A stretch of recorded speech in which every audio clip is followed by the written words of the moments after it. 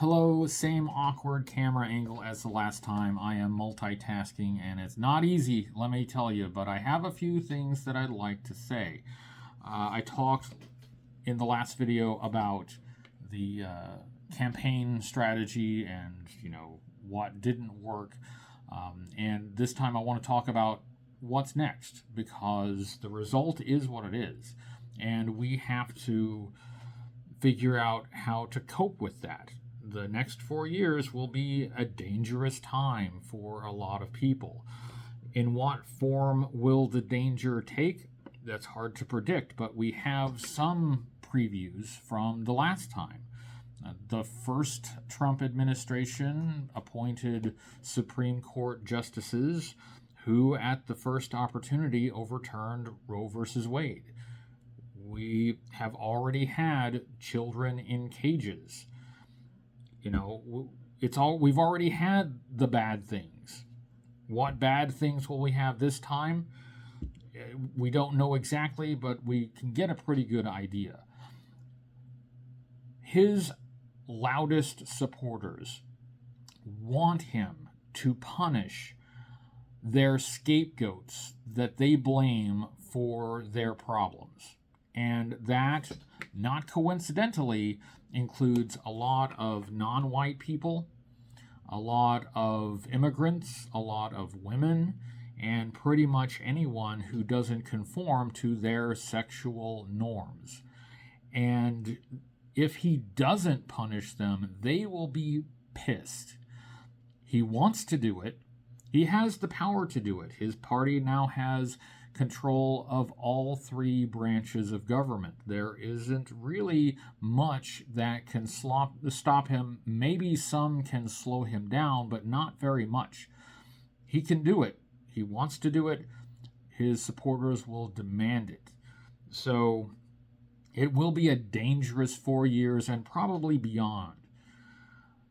So what do we do? I have seen about every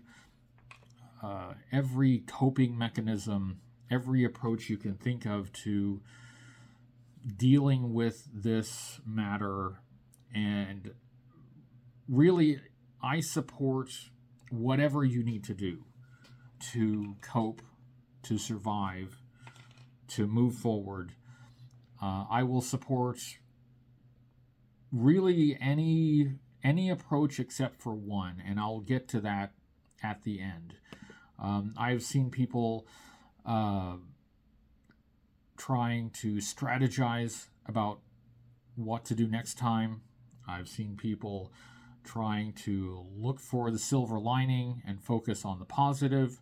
I've seen people just angry and lashing out, and I understand all of those. And I can get behind all of those. I don't necessarily think any of those things will be effective in changing anything, but that isn't always the point. Sometimes it has to be effective in helping you survive and cope and move forward. I will support your choices up to and including disengaging. Not everyone can cope with this. Not everyone can fight this battle.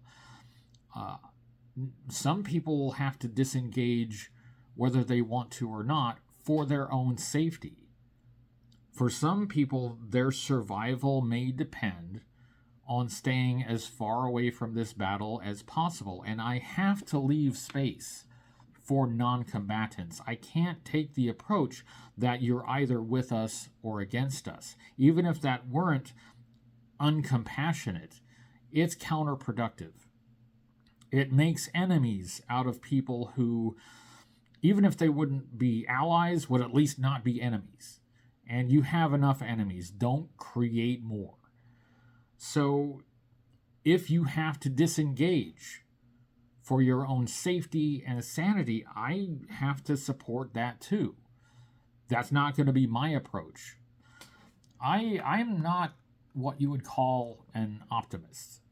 I don't see any of these approaches to coping with this next administration as being effective. I don't think there's a lot that can be done to stop it. So, my approach will be to bring the truth and bring facts and to confront the supporters of the new president with the things that they refuse to acknowledge. And they may do their deeds, but they will have to do them with the full knowledge of what they're doing and the results. They will be slapped in the face with sources for the facts that they deny. I've noticed something when engaging with Trump supporters is that they start out very firmly on the side of facts over feelings. Fuck your feelings is what they say. Facts over feelings. And they really believe you are just too weak to accept the hard truths that they are delivering to you. So their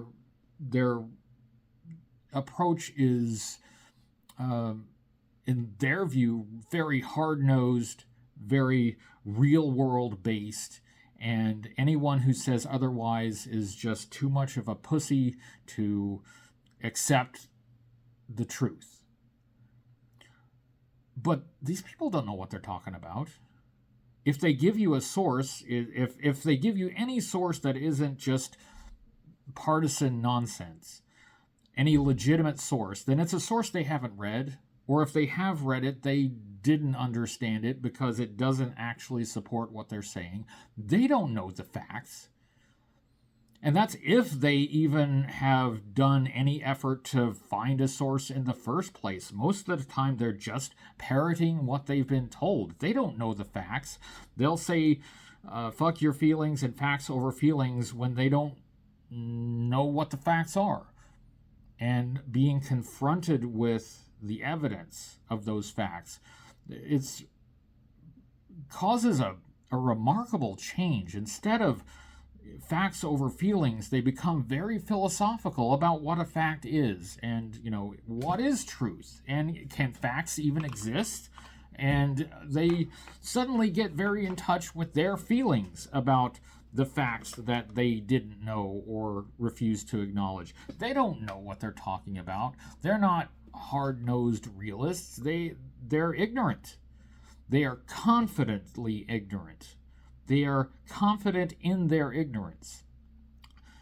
There isn't any approach that is likely to change their minds. We're past that. I'm not trying to persuade anyone. I don't expect to be successful in changing anyone's mind. The opportunity for that is past. There was a chance for that, and they blew it. They decided that they didn't want to listen, so they got what they wanted. So now the time for persuasion has passed. Now is the time to be slapped in the face with the reality that you pretend that you know, but you don't. Now's the time where you will have to do your deeds with the knowledge of what they are and who they hurt and who your victims are. That's the role that I will play, and I will do my best to play that role aggressively. I said there was one approach that I couldn't support, and that is the approach of responding with violence. I won't support political violence, and those who do support political violence have some stock arguments that they tend to bring out. They're all bad arguments, but I'm not being moderate and I'm not using half measures by refusing to support political violence. A lot of times, very correctly, there are historical examples given in which only violence has stopped fascist regimes. And while true, those historical examples don't really apply to the current situation and are not really very helpful. Those times when violence stopped the fascist regimes, those were wars. Those were world wars in which multiple nations committed their entire economies to fighting those regimes, and it took all of that. And you, my dear person, sitting at home watching this and thinking about lashing out and giving the fascists what they have coming, I sympathize. I wouldn't feel sorry for them, but you're not World War II, okay? You're not the Red Army. And we need to be real. You're not going to do shit anyway. You're not going to go out there and start swinging. So, like, let's be real. You're not really going to do anything. Posting memes is not action. And if you actually thought about going out there and putting these ideas into actions, I have to warn you, you will fail, because the people that you're wanting to apply violence to are better at using violence than you are. They are more practiced. They admire it. It is one of their core values, and they will be better at it than you. You will lose. And while you may be prepared to do that, the result of taking you out of the picture means that you're not there to help people who need it and to help people survive. You will be hurting your own cause on many different levels. It's a dumb idea. It's a fantasy. And the quicker you are disabused of that idea, the better. Because that's not just ineffective, that's self-destructive. So don't create enemies when you don't need to. And don't destroy yourself.